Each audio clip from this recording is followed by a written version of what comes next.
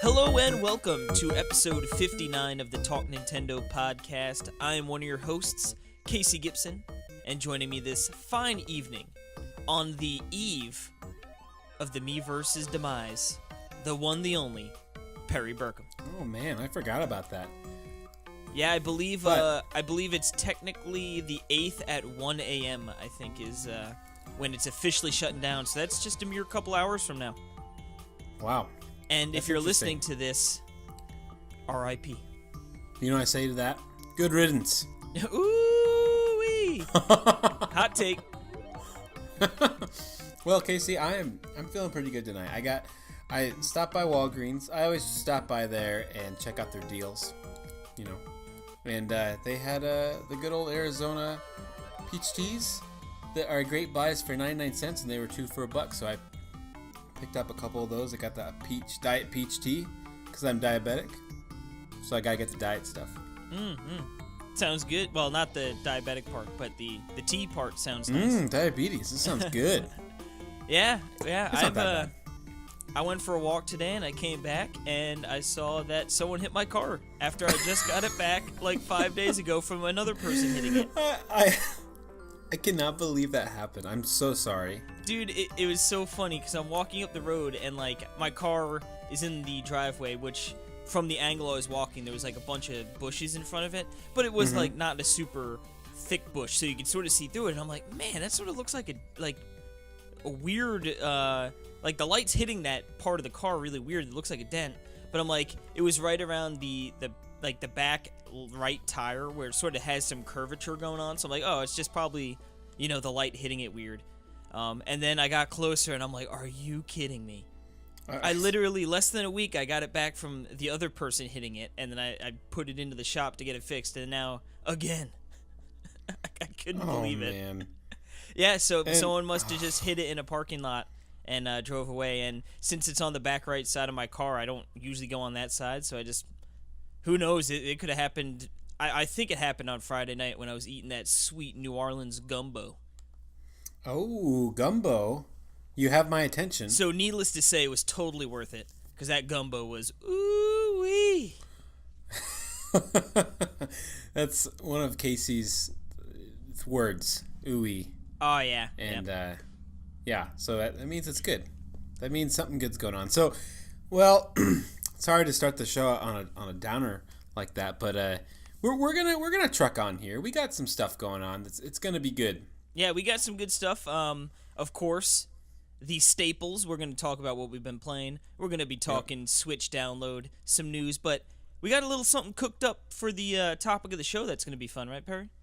That's right. We're gonna return to Compatible, our feature, and it's not just it's special this time. Why is it special, Case? Because it might be a feature, but this time it's a double feature. We're going to be talking about 2 different peripherals, sort of lesser known, although, I mean, one's pretty popular, and the other a little lesser known. I think we'll just leave that tease there. Yeah, tease it. I love it. So if we don't remember, Compatible, these are peripherals released for official peripherals released for Nintendo. Or... Yeah, Nintendo consoles, right? Or consoles, controllers, or add-ons, or you know, what have you. So we're going to talk about these things and what games came out, what they were doing, how much they cost, bibbity-boppity. You got it. It's going to be cool. Like I said, we'll keep that as a teaser, but a little spoiler, you could probably press the description button, and there's probably a good chance that the 2 are right there. But that being said, I think it's time to get into what we've been playing. And I think I'm a little lopsided on what I've been playing, so I think I'm gonna kick it off, right? That's right. Yeah, you're the review guy this week. Alrighty. So this week I'm talking 2 review games and 1 Mario Odyssey. We'll kick it off with my latest review, and that is for Chess Ultra.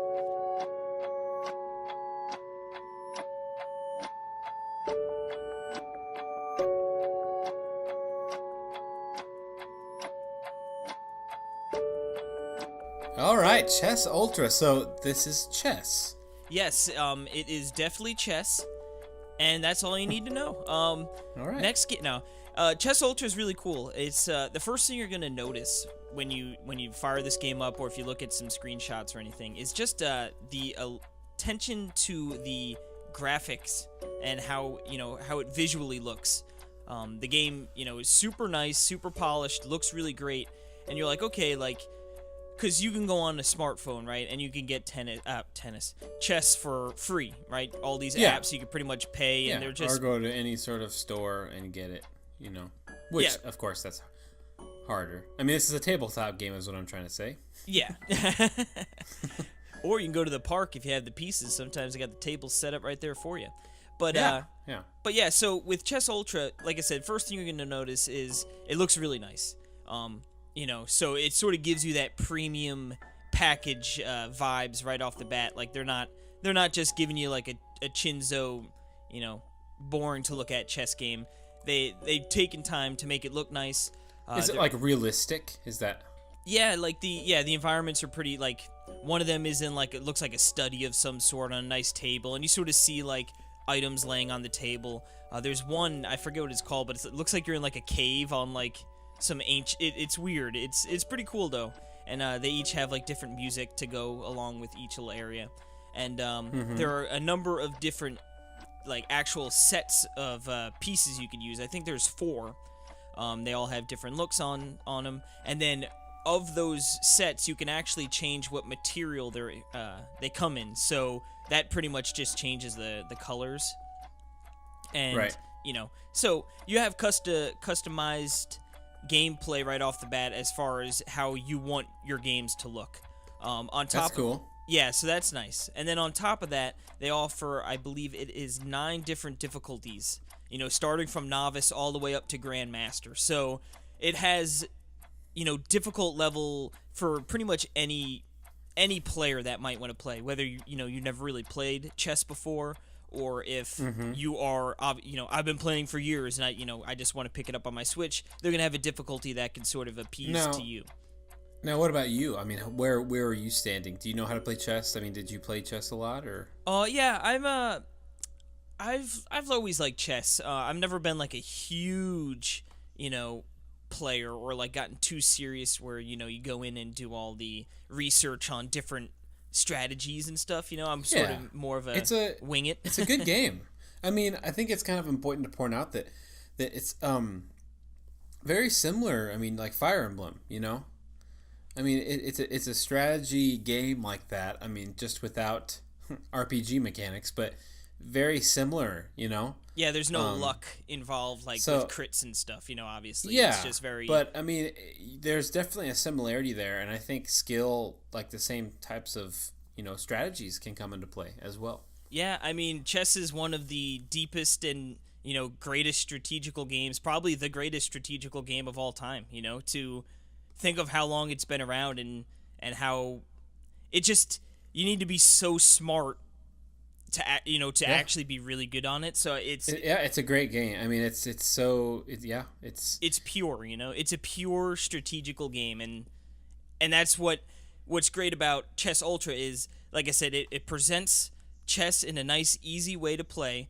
As you would imagine with any chess game, it's pretty much it is what it is. So, as I said, it has the difficulty levels.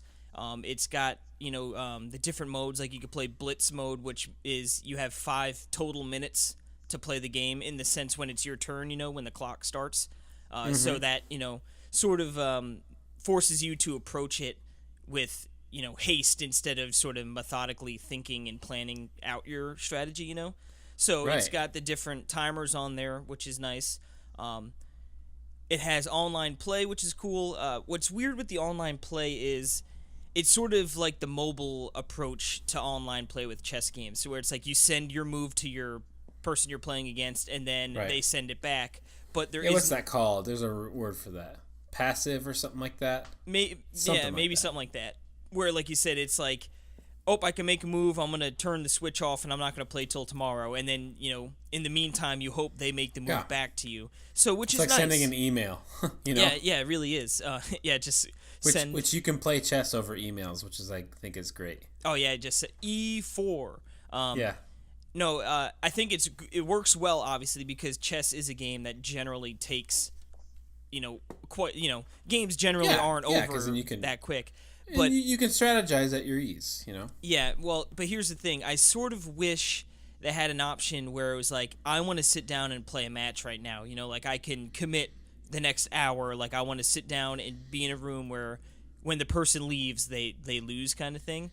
I wish. Yeah, and so it does not even offer that. No, it's just your regular, You could play Blitz and all those modes on there, online as well, but yeah, there's no, you need to make a move in 5 minutes from when you receive it, or something to that extent. So Really? So yeah, it's very a passive kind of thing. Well, that stinks. Yeah.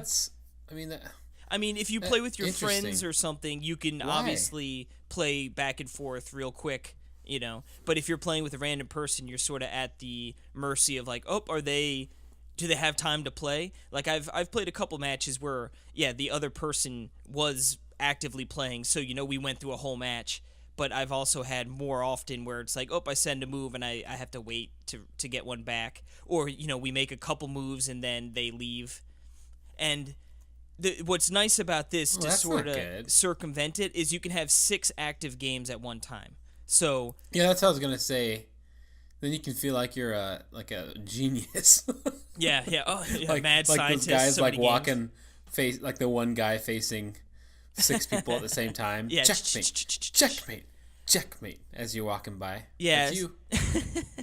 So that gives you a little wiggle room in the sense like if you have 6 active games going, hopefully people are responding quick enough, or like you could have a game against the computer while playing a match online, so you could sort of bounce back and forth. But yeah, like I said, I wish there was that option to sort of just click like hey, I want to sit down and play a full match, find someone else who's sort of in that same boat. Yeah. I that's really disappointing to me. That would kind of take all the like fun out of it, because I would definitely use that sort of passive gameplay. I guess maybe passive and active is what I'm thinking. Like that would be kind of good way to what they call it. But distinguish. I would definitely use it. But it would be fun to sit and play some chess with you, like.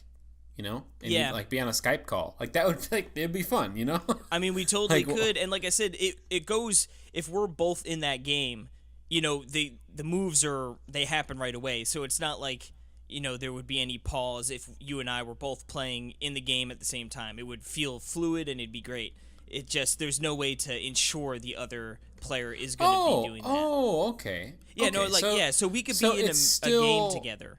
If you and I were playing a match and we were both actively on our switches, when I sent the move, it would send right away to you, and then you can make your move. It's just that more often than not, I found it where the opponent would make a couple moves, and then I don't know if they were distracted in another game or if they just stopped playing. Interesting. Well, then I might have to get this then. Because I would love to play chess with you. That would be awesome. I would totally be down. Talk Nintendo Challenge. Yeah. Oh, man, the long con. An hour-long chess game. Wouldn't that be amazing? Well, you wouldn't last that long. I think we have to do Punk. I'm going to use the whimsical Bishop's Fourth on you. Now, before I wrap up on Chess Ultra, a couple cool things also that I wanted to touch on. First is they have challenges, which is really cool. They have pretty much 10 challenges in so to be like get a checkmate in one move, and you go into the challenge and they have the board laid out, and you need to checkmate the opponent in one move. Those are sort of easy, you know what I mean? Okay. Yeah. But then they have checkmate in 2, 3, 4, all the way up to 7 moves. So obviously when you start getting into the challenges with 7, there's a lot more going on, and it's like you need to think ahead. Like, I need to get this. I need to make a checkmate in 7 moves. How do I get there? There's a little more. Right. So they get very challenging. And they also have historical matches, which is sort of funny. They give they give you a rundown of this game, what date it was, what it was, like between what people, and sort of, it was in this tournament for, whatever, yada, yada, yada. And it drops you into the game, and like you sort of need to finish it out, and to be like, this is the point where someone made a a mistake, see if you Okay, can so the capitalize. game's already going. Yeah, see if you can capitalize and Gotcha. finish this match, kind of thing.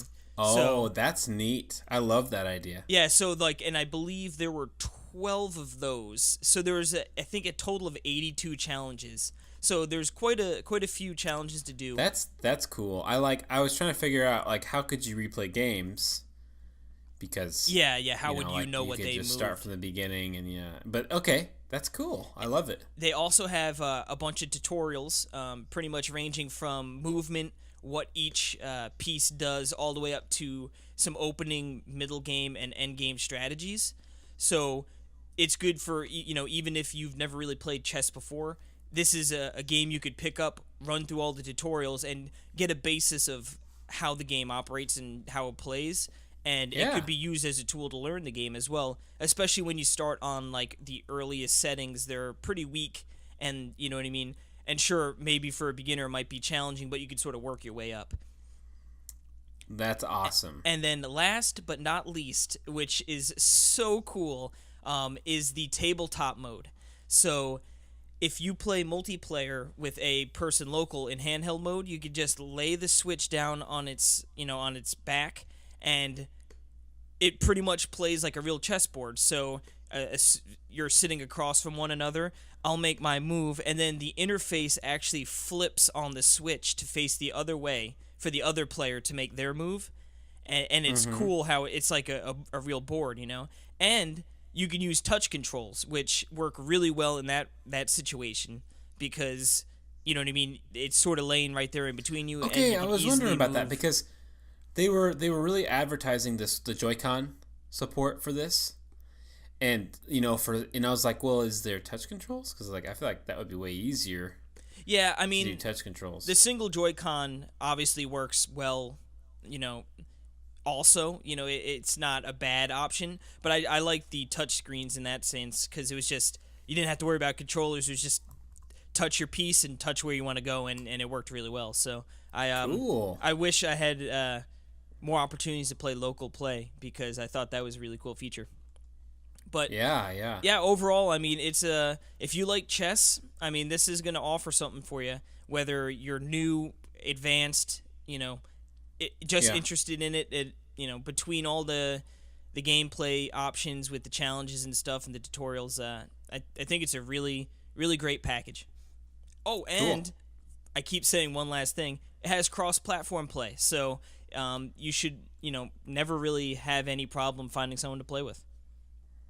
Well, that's always a good thing. Yeah. So it's pretty good. Cool. Great. Now, so do you want to go on to your next game, or should I do mine? Let's have you go to yours. Okay. I will keep it brief because Jimmy's on a quest. That's right. So I've been playing Elliot Quest.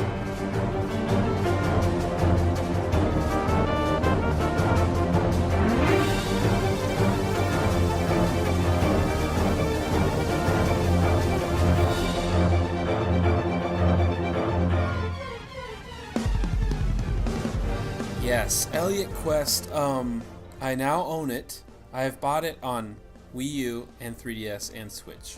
Nerd. So if that tells you how much I love this game, I really do love this game. And so what it is, I'm gonna explain it. It's really an ode to Zelda 2, okay?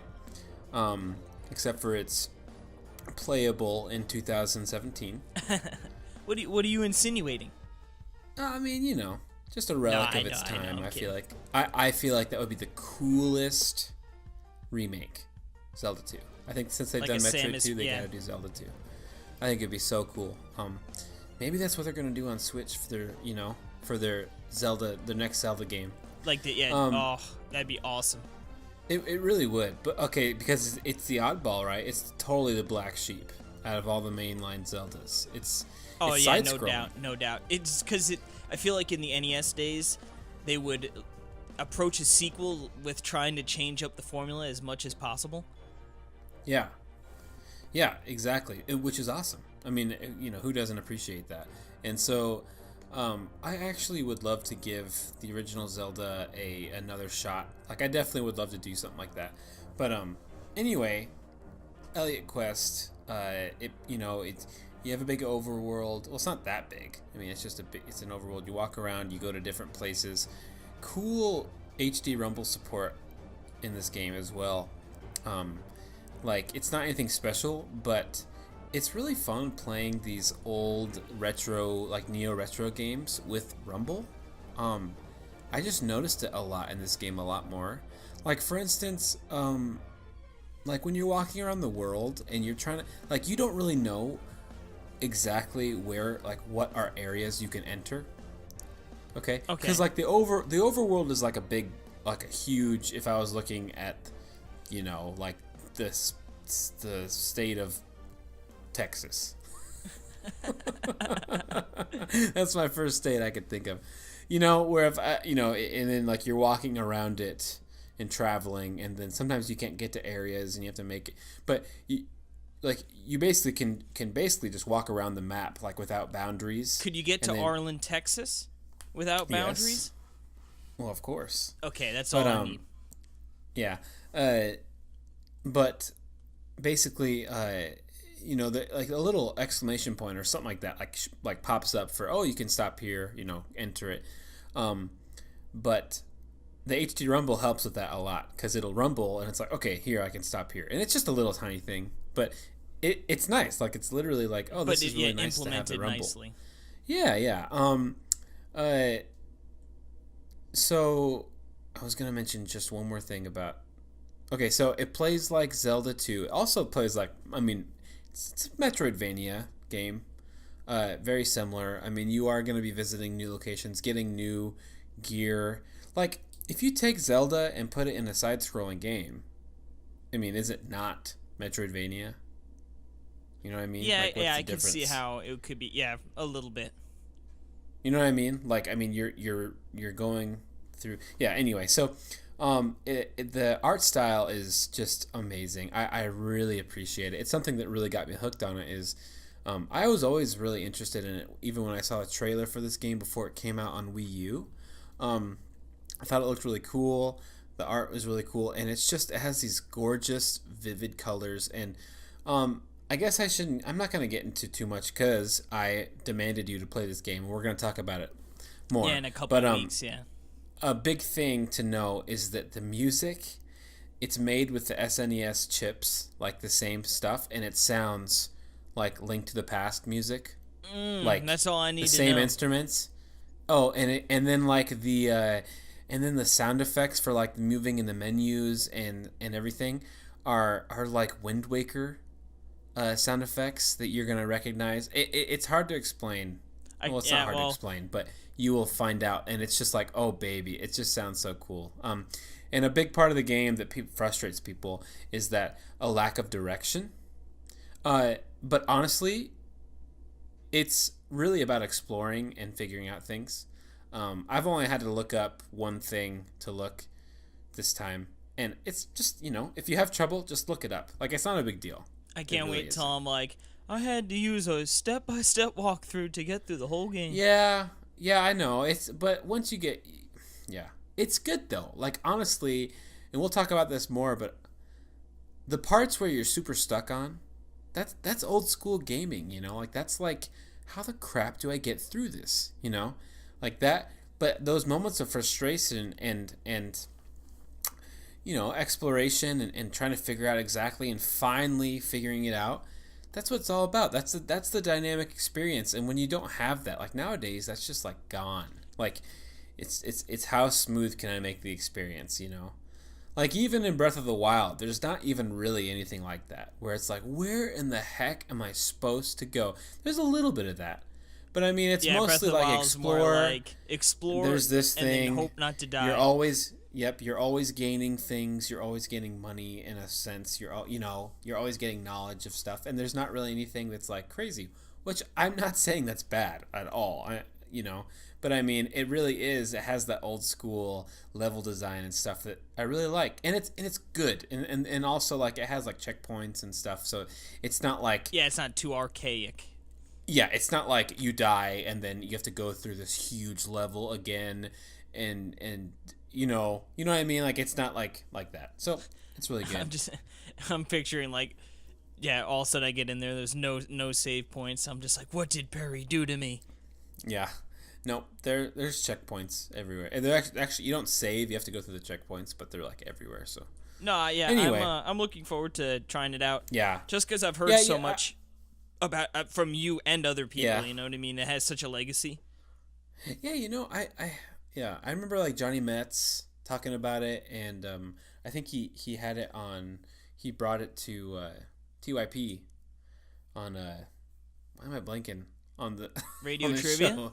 On radio trivia, yeah, and it is just gorgeous on there. So, yeah, I was just thinking another word you could call Talk Nintendo is radio trivia practice, because we play the music practice edition.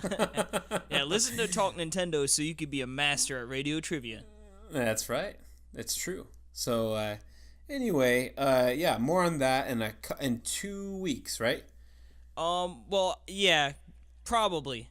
I don't want to confirm, but I should hopefully. I'm picking We the should game confirm. up. I will be downloading this game after this podcast. Yeah, let's just say over.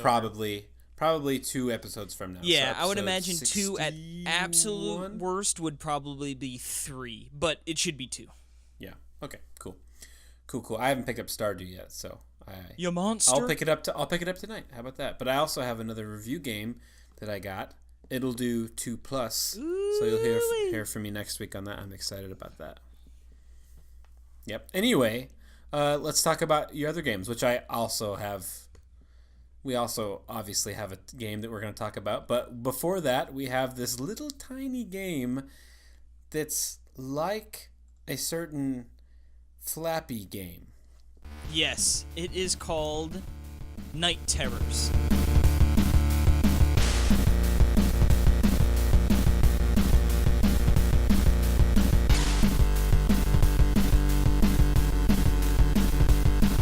Now, this, when I first saw this game, the first thing that pops off to you is just how big and beautiful these sprites are.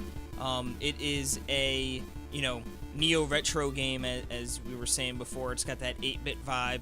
And what it is actually an endless runner. So, right off the bat, at least for me, endless runners always sort of have it's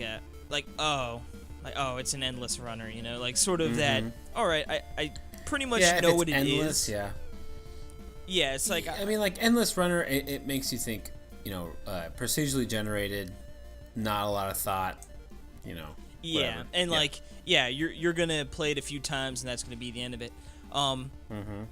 But with Night Terrors, it actually, to my surprise, was pretty fun. So, in the beginning, it starts off in just normal mode, and it's an endless runner. So you just start running towards the right side of the screen, and you can actually fly, sort of like Flappy Bird. So, you'll have your jumps, but they'll also have obstacles that you sort of need to jump a few times to get over. And it's pretty much the same mechanic as Flappy Bird. You're going to tap the jump button, and you'll sort of pump up, and then, you could float in the air, and you're pretty much managing your height on the screen by tapping A. In normal mode, it's an endless runner, but it's level-based, which is weird. But the levels aren't exactly what you would normally think of what a level is. Pretty much. I mean, like Super Mario Run. Is like kind of what it sounds like you're explaining. No, nothing like that. Okay. In Mario Run, it you get to the end of the level, you come back out, you go to the next level. It's an endless runner, so you just keep going. But okay, so it is endless. Yes, 100% endless. But right. As you kill enemies, you fill up a little gauge, and when you fill up that gauge, you go from level 1 to level 2. You just continue running, and nothing else changes, but all of a sudden now more monsters will start coming. Then, as you keep progressing, level 4, 5, 6, 7, more monsters, new enemy types come involved. And in the beginning, it's just, as you're running, it's a lot of just jump over one little pit and then take these enemies out that are also on the ground, But then all of a sudden, as you start leveling up, you'll start getting enemies that fly. then you'll start getting enemies that, fly but take weird, paths. Then, you get UFOs that sort of come to and fro. So, like, you need to time it that you meet up with them and hit them as they're coming forward, So, just like a bunch of different little enemies. And as you continue to get higher, it gets way more difficult. And you have 3 hearts, so you get to take 3 hits. But you also can only miss 3 enemies.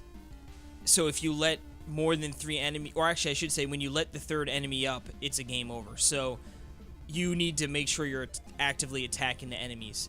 Now the thing with that is it resets every level you go up.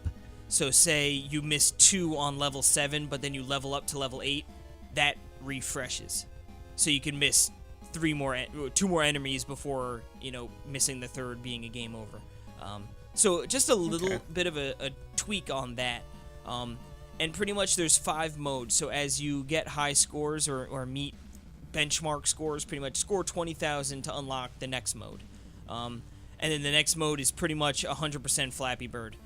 It's endless, and you have to just fly in between these things, and enemies still come, and hitting enemies will get you more points, but you don't. Unlike the other mode, you can miss enemies and it won't be to a penalty.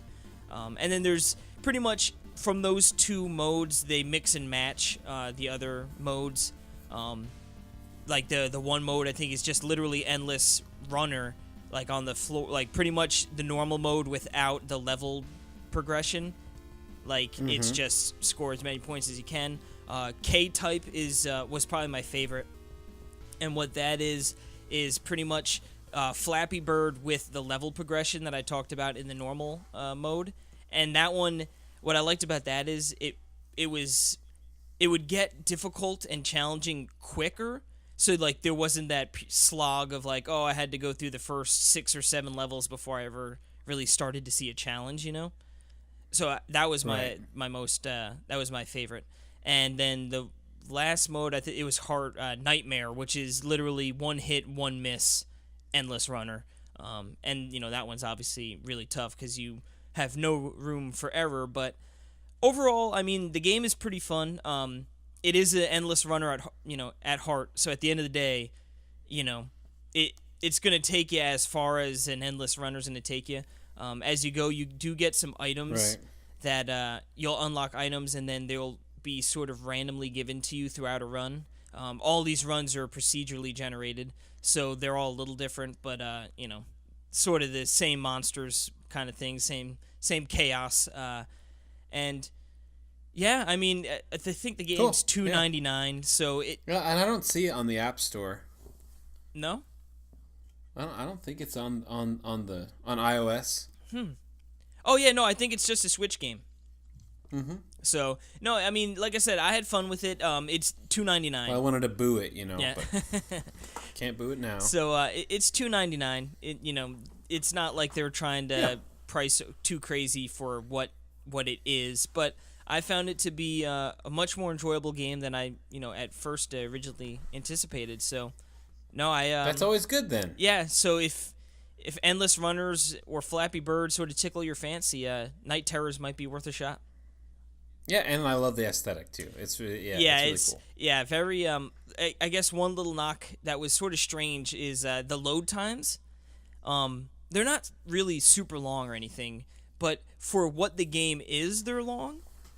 Like there's like the background's just like a black background. You've got like the ground and some spikes in the foreground, and then your sprites and the enemy sprites. So it's a little weird that it takes. Like I said, it's not long in the sense like, I'm thinking of like Bloodborne. It's not Monopoly long. Yeah, or anything too crazy like that. But for what it is, it's just sort of makes you like, that's weird that it's taking this long. Yeah. Yeah, it probably has to do with the engine. Like it's probably on Unity, and I think it's hard to, or it's a little more advanced to get rid of those loading times. Yeah. To paraphrase it, but yeah, cool. All right, well, we have one more game to talk about, and it might surprise people that we're going to talk about this game because it's kind of low-key, it's kind of niche. Yeah. It's all right. It's a Neo Geo game, but... Yes, Super Mario Odyssey. Woohoo!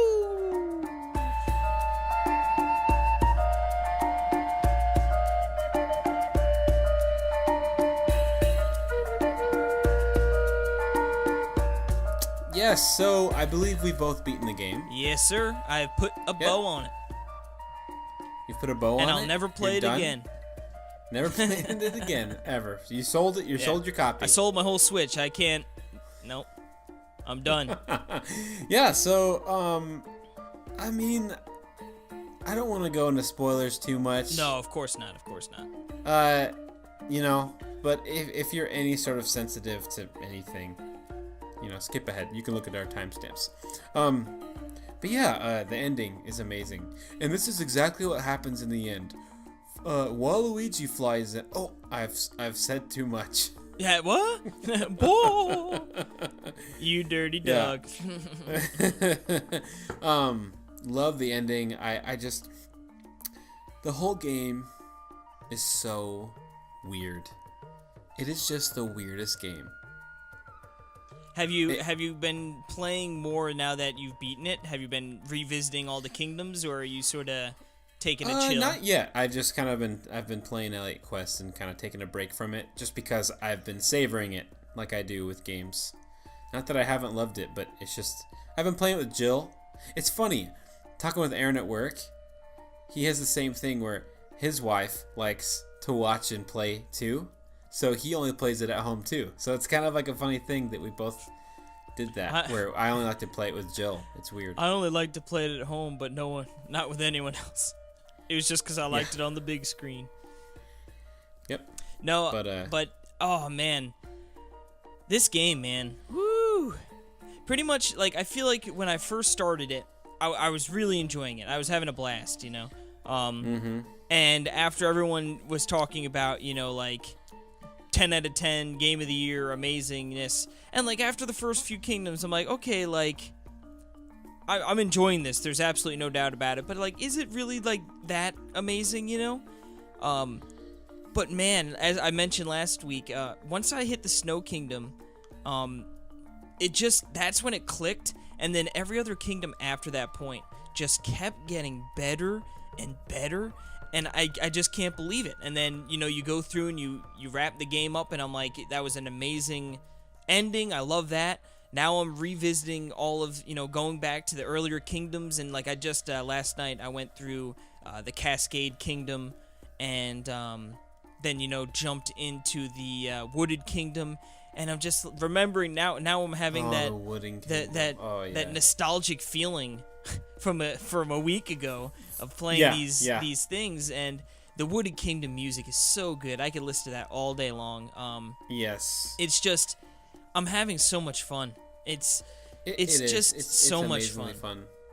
Yeah, I really felt the moment I started playing it from the very beginning. I was just like, I had that special like feeling like this is a really, really fun experience. I love it, you know. And yeah, I feel stupid because I recently, like, I didn't realize how super easy it is to do that, like, extra jump. Oh, the bounce off the hat and stuff? Yeah, like, well, I mean, you know, you jump and you throw the hat, and then you do the dive forward and jump off the hat again. And then you can throw the hat again. Like, that's really easy.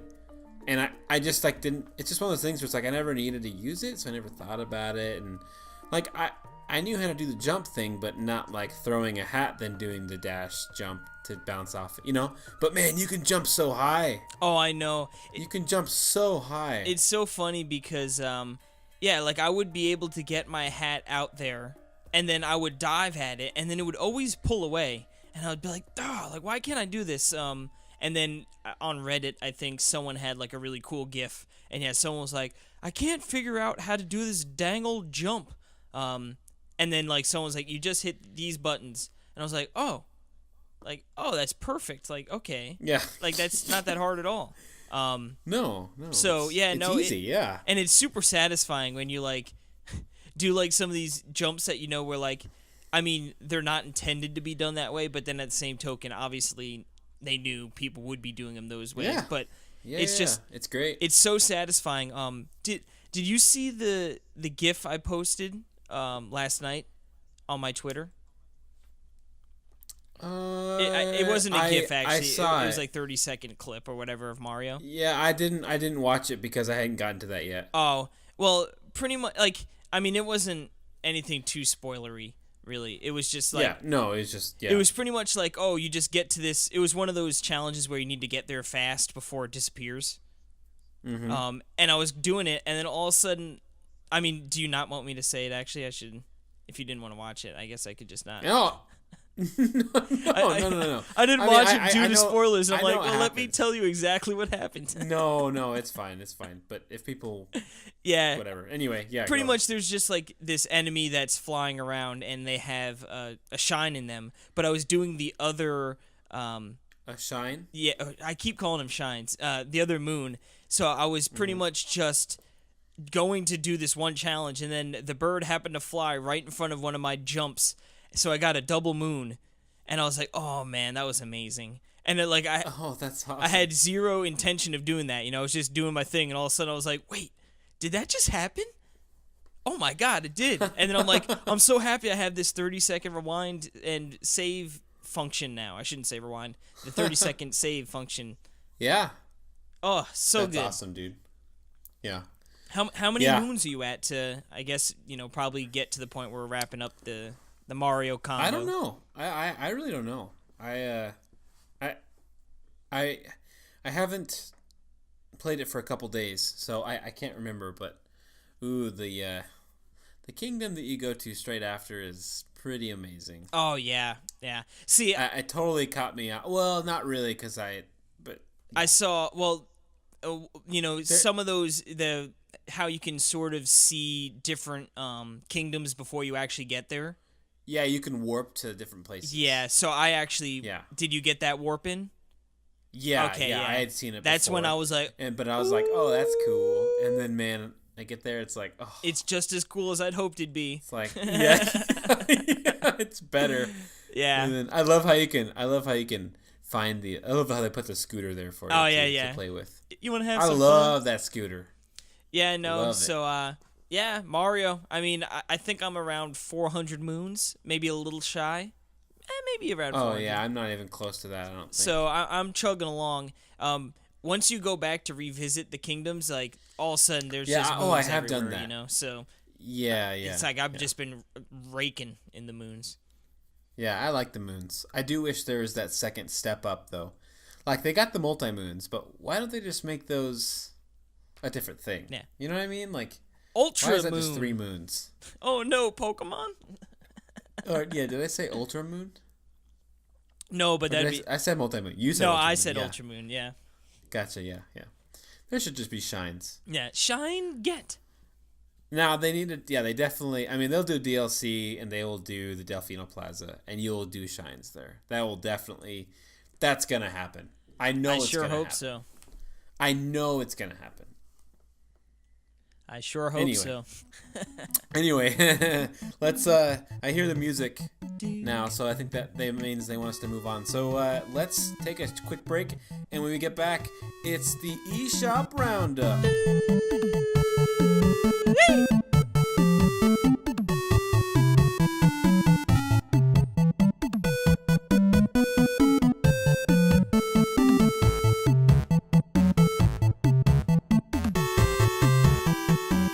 Alrighty, we are back, and it is time for the eShop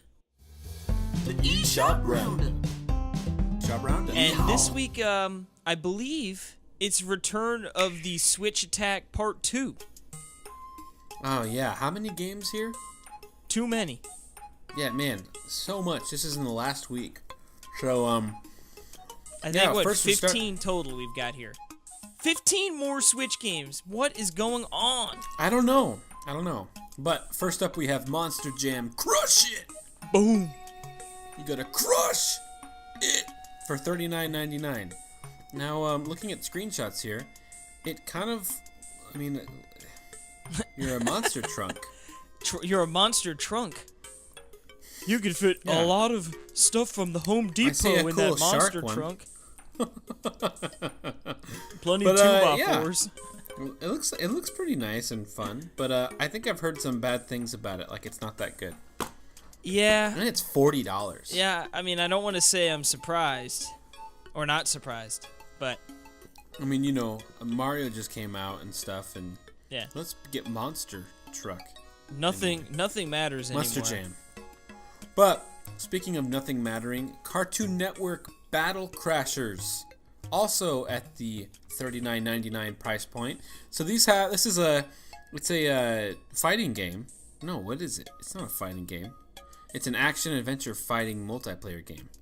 Woo! So I see you kind of walking around different environments from your favorite Cartoon Network franchises. Now this game, I believe I've also did not hear very good things about, and Yeah, I don't know. It just sort of, looking at the screenshots, it has a sort of a cheap feel to it. yeah. I mean, that could be baseless, but for $39.99, that's a hard sell for me, man. It sure is, but I mean, I know there's a lot of people that really like those different, those franchises and stuff. I get it. I don't have any nostalgic value because they're all, Yeah. they're not from my childhood. But Yeah. Next up, though, we've got a horror game, a survival horror game, I believe, under the name of Perception for $14.99. Now, do you know anything about this game? it's about a beautiful woman who's blind. Yes, and she's got to get through this mansion, I believe, or some sort of house she's in place. there. And I've seen, I actually watched some video of it because I almost picked up the review for it, but then I ended up going with Chess. And it seems interesting. It seems like a really cool concept of like sort of trying to navigate, as a blind person, and more based on sound and on all that stuff. I watched a YouTube video, I forget who it was, but pretty much was like, yeah, it's got some like novel ideas that are cool, but sort of I guess they don't run with it. So, Interesting. but not in a bad way, just like sort of a mediocre game. Right. But yeah, right. maybe worth checking out if you were into survivor games or horror games, I should say. Yeah, I mean, I think it came out like right before Halloween or something, or I think Halloween right on Halloween. Yeah, so it was a good. Yeah, good fit. Yeah, but now now I'm putting my Thanksgiving decorations up. Why Just are you kidding. doing that right now? I don't have Thanksgiving. I don't have Thanksgiving decorations. I got Jerry the That's turkey weird. over here. Really? Yep, we bought him at a garage sale. What is it? I'll send you a picture later. Okay. It's a big, beautiful turkey. Well, speaking of big, beautiful turkeys, we have Monopoly for Nintendo Switch Woo! for the princely sum of $39.99. Man, that's a lot of cabbage. Yeah, I've heard. I don't know if you put this in your. Did you? You didn't put that in the news about the load time. No, I figured we'd talk about it Oh here. my goodness! I've heard that there's a 5 to 10 minute load time. Dude, that is just to bonkers. load up Monopoly. Now, granted, it looks pretty good. Like when you're, I mean, like it's like these environments with like, I mean, like it's not just bare bones Monopoly. No, that's Like there's different themes and stuff, and it actually looks good. Like with going around the board and it's just different environments look really nice. I don't know. No, It that's looks like what a nice thing. I totally thought the same thing when I first heard Monopoly. I was thinking, okay, maybe like a $15 game, sort of Monopoly. But I mean, still $40 is a hard sell for Monopoly. But like you said, it definitely doesn't look like it's just like some sort of cheap game that they threw a big price tag on. No, Like it looks definitely really seems nice. like they put some love and care into it. I'm seeing Mr. Potato Head. I don't know why he's in there. But yeah, like I'm looking at this one board. It's made out of cardboard, and the backgrounds, it sort of reminds me of Color Splash. Yeah, So yeah, it's totally. got like it looks like it's got some cool ideas and stuff, but Well, and it even has like I can see like there's like different rule sets you can do, and like there's like different cards and stuff. So like putting in more of a video game touch on the game too. So I tell you what, it's actually, retail. that cardboard level I was looking at was actually for the Wii U version. I don't see that on the screenshots for the Switch one, but it could very well still be in there. Okay. But I just wanted to point that out. Cool. Yeah, I was looking at the wrong one. But no, I mean, this might be a game where if I see it for like $20, and I totally think it could be, the physical version's probably at some point going to be like $15, $20. Yeah. Maybe yeah, a pick has up. to be, right? Because to be honest with you, I've always liked Monopoly. I know a lot of people don't. So it says 2 to 6 players online. So we might have to do a challenge. A Talk Nintendo challenge with Monopoly. Which would be hilarious. Who are 2 suckers who bought Monopoly for $40? Dude, we should request codes for that to play online. We'd like to make a video, yeah. please. But anyway, that's enough on Monopoly from Ubisoft. But next up we have Wheels of Aurelia. I'm glad you took that one because I was not looking forward to trying to pronounce that word. Yeah, explore a new side of Italy in a game from the developers behind Photonica. I've never heard of that. You embark on. Oh, hold on. You embark on an immersive road trip and meet dynamic characters and discover yourself along the way. Now, this game, this is the one David was talking about, right, with Justin, and that it's really, really bad. Yeah, yeah. I see the screenshot of this car driving through a dark neighborhood, and it just has a speech bubble that says, "I'm running out of cigarettes." So I like this game. Yeah, I mean, weren't like they were talking about some weird topics? Yeah. Like, yeah, I don't know. This game seems strange. I believe it's like only takes like 10 to 15 minutes to beat, but I believe there's a whole bunch of different endings. So I guess they sort of what? Really? Interesting. Would like you to, a game you revisit. I guess obviously it's probably pretty heavily based on the dialogue between the characters, so it would make sense to have, It sounds interesting, honestly, and it doesn't look bad. Like, it doesn't look that bad. The speech bubbles look kind of cheap, but I think there's, I don't know. I think it looks kind of quirky and funny, but well, it could be yours for the low price of $9.99. Yeah, that's not too bad. Now, Perry, it wouldn't be a week if we weren't talking Neo Geo and... Just a week at all. Nope. It's not a week unless there's a Neo Geo game. The fine people over at Hamster doing what they do, pumping out these games. Now, I'm going to let you have a guess. Is it a shooter? Or a shoot 'em up, I should say? Or is it a fighting game? Put your guesses in now. Well, since I wrote this eShop Roundup up, I'm going to guess a fighting game. You are incorrect. We have Neo Geo Art of Fighting 3. Yes, another fighting arcade game. It's an artistic game, not a fighting game. Big, beautiful sprites. You've got, I see this woman hitting We do not have to say anything about this game. Looking good. You like fighters? You know where to get them. Fight 'em ups. Yeah, it's pretty much, that's... Fight 'em ups, I love it. Anyway, speaking of loving things, next up we have Super Beat Sports from Harmonix, actually. The developers of the very popular, currently defunct Guitar Hero. Now, this is $14.99. It looks great. I mean, it looks fun. I don't know if I totally love it kind of has a quirky... Chibi, but it's a rhythmic sports fun for 1 to 4 players, and it shows go people ballistic. I don't know, sport games like that. I mean, kind of reminds me of like Mario Party games. Like when I look at the, small little like that you'd get, and it looks fun. It totally looks fun. It's $14.99, so it's a. I mean, if it's probably a good party game. I'm assuming. You know what I mean?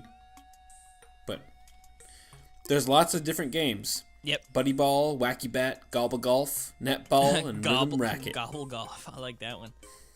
Yeah. Anywho, let's move on to... We got a little game I talked about earlier, Chess Ultra for $12.49. Nice, strange price there, but I'm wondering if that's maybe a like a sale. I don't think so. I think that's just like a 15% off at launch type thing.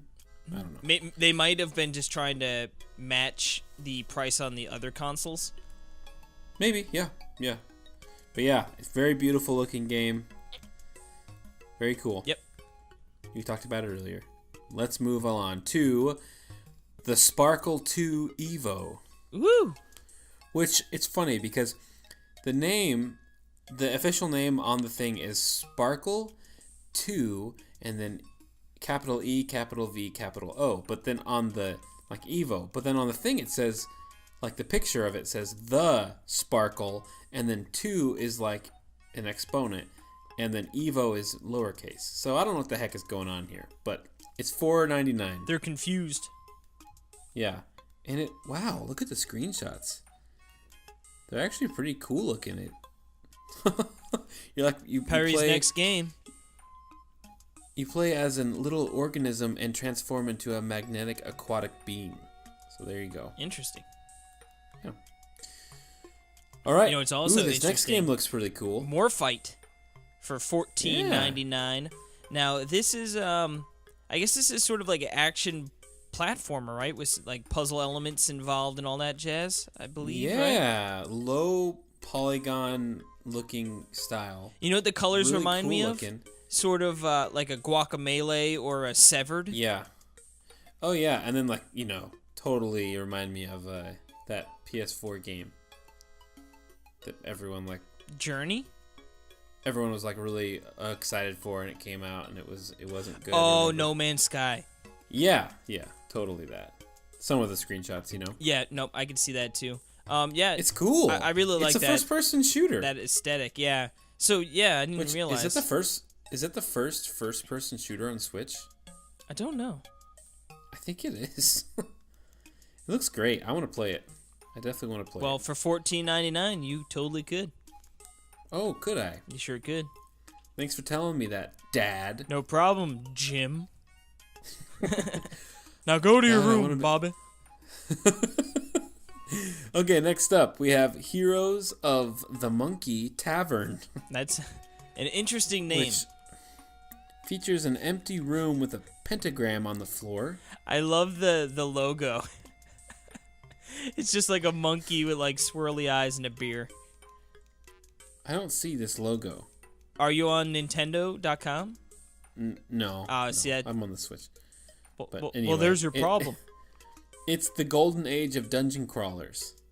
So I tell you what, looking at the screenshots, it is totally not what I thought it was going to be. Like after seeing the name, Heroes of the Monkey Tavern. Yeah, it's totally yeah, it's a dungeon crawler where you map out where you're going and key features. Dungeon exploration and grid-based movement, 8 classes, 3 difficult levels, 2 hours of intense music, static real-time fights, 22 different enemies including 6 bosses, numerous traps and secrets, and more than 100 unique items. But what is cool is there's a demo available. Yeah, so, I was just gonna say that. There's a demo. Not a lot of demos on the eShop. There you go. Yeah, it looks it looks like a game if you're into dungeon crawling, like it has some potential. Totally. Next up, though. Now, speaking of having potential. Well, this game doesn't have potential because it is just raw amazingness, and that is Farming Simulator: The Nintendo Switch Edition for $49.99. Yeah. I can't believe it. I can't believe it's finally out. Well, I tell you what, looking at the screenshots, look, these animals look pretty beautiful.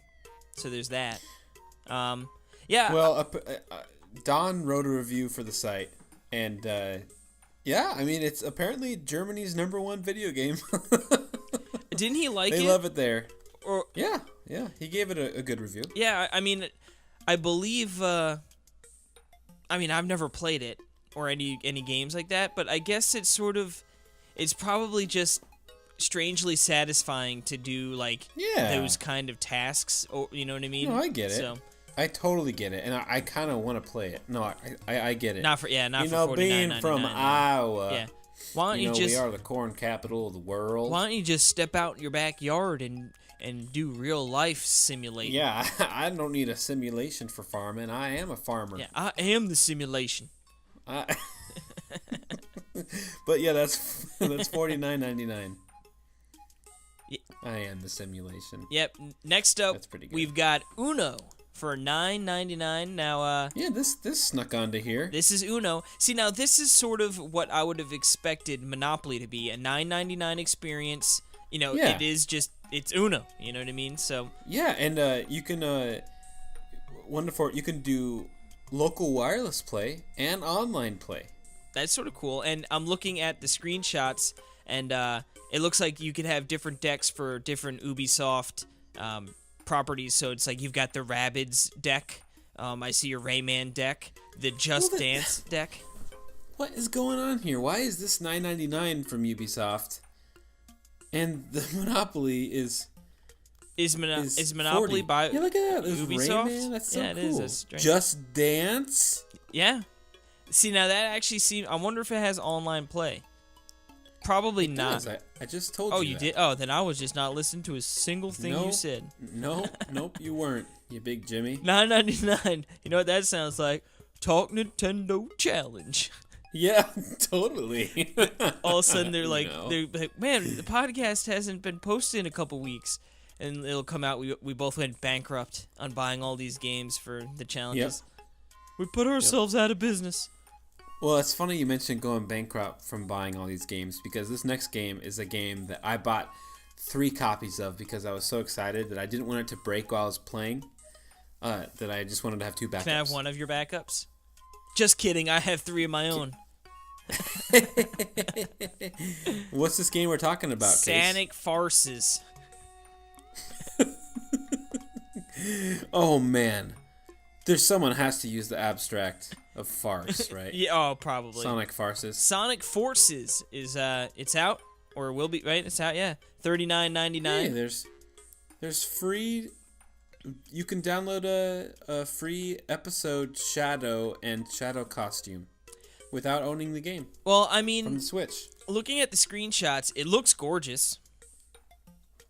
Like, it looks really nice. $39.99. Yeah, I feel like it that's does. a pretty good price point. If Yeah, it's not a full price, you know. I wonder- I heard it's really short. I wonder if it could be like Ratchet and Clank. Remember when that came out for PS4 a year ago or so? Came out for $39.99. A lot of people are like, uh-oh, they must know it sucks or something. And it came out, and by all accounts, that game's really good. So That game is really good. I remember playing that. I made me almost buy a PS4. yeah, it's one Like, of those games I played it in a store. I'm like, this game is super fun. I would like to play that game, but I just have never Yeah, gotten you around should. to You it. have a PS4.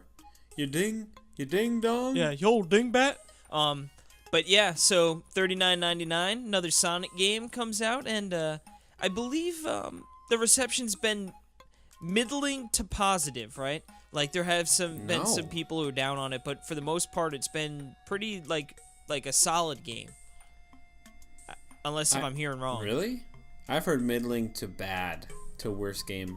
Really? Everyone that I know it's saying that it's the worst Sonic game. Really? Even worse than the Booms? Yeah. Yes. See, I guess maybe I'll admit, and this might shock some people, but I'm not really a big fan of Sonic games, so I haven't been really following too much on the... Well, you did buy the other one for Switch. I did, because I got suckered into it. But that was before... You sure did get suckered That was into it. before 15 plus Switch games were coming out a week, so... That's true. But yeah, so I guess You're right. I will amend that and say Sonic Farces was right. Beautiful. Now, it's time. We're thirsty. We're tired. You know what I mean? I need a stout. Stat. Yes. A stout. So it's time to stop at the YouTube Saloon. All right, what do we have on the docket this week, The docket Case? this week, we've got the third playthrough, mini play of Splasher. Yes. I recorded that. Well, You did not record that, my friend. I didn't record it? Not the first 2 times. No. No, that's okay though. What people can get is a extremely rust through and quite angry version of Well, of playing through a great game, Splasher. well, a level through it. at least you should probably look pretty darn good being it your 3rd playthrough around, or 4th really. Oh, so. well, I wanted to give people the authentic experience of losing, I didn't want to make people so you feel made bad sure when to die they a few tried playing times. it. Yeah. And then, Yeah. But for our challenge, I'm really excited. Yeah, I'm excited for this thing. Yeah, we went through the old SNES Classic, and we're thinking to ourselves, what would be a good game to play for a challenge? And, there were some ideas, some Star Fox thrown around, maybe some Mario Kart, we've been doing some Mario Kart 8 challenges, but we're like, maybe some Super Nintendo Mario Kart action, but instead we decided to go to one of the greatest games of all time and have a race of World 1 in the old Super Mario World. Kirby Super... Oh. Yeah. You hold your tongue. Yes. Super Mario World. Yeah, we go through the first world. Who will make it? Who will beat? Is it Iggy? I think it's Iggy. Yep. Iggy's the man. Yeah, who will beat him first? And if I remember, it was such a close race. Yeah, it was a really good one, and so good that we actually recorded World 2. Shh! Oh, Casey. Just kidding. Yeah. Ooh, now they don't know if we're being serious or not. We should leave it at that. But there's a good chance we might go through the whole game. Oh.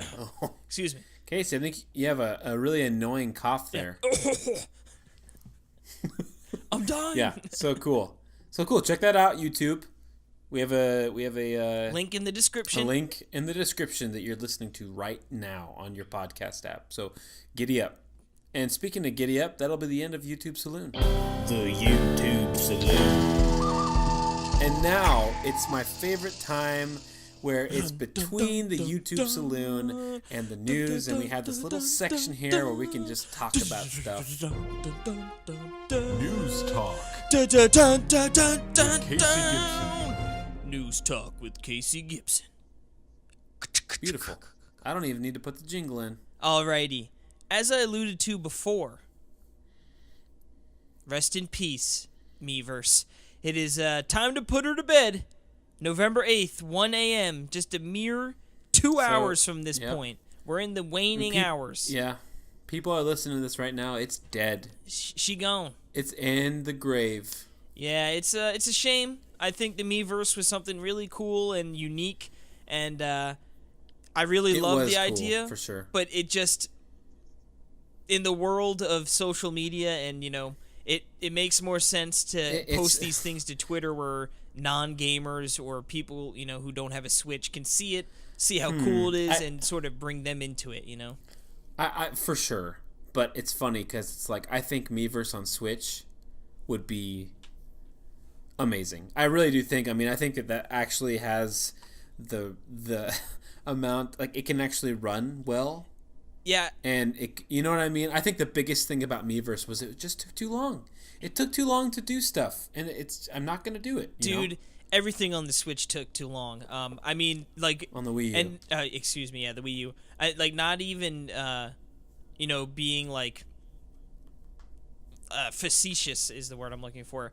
Like, there would be times when I was like, oh, like I should play, I got maybe 20 minutes before I should really go to bed. I'm pretty tired, but let me just play a little bit of so and so, and I'm like, like I don't want to boot it up and then have to switch the discs and get to the menu and then start the game. You know what I mean? It was just such a process. Now with the Switch, where it's like literally hit that home button, slap that A button 3 times, and I'm into the game.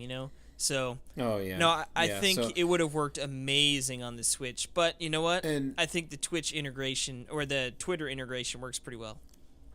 Yeah, it's okay. It's not as fun, and I think that they could have done something really cool with it. But it's probably better for the long run moving away from the Miiverse and everything. I mean, first of all, that name is stupid. And, I mean, I think they could attempt something that that was like Miiverse, but integrated with Twitter.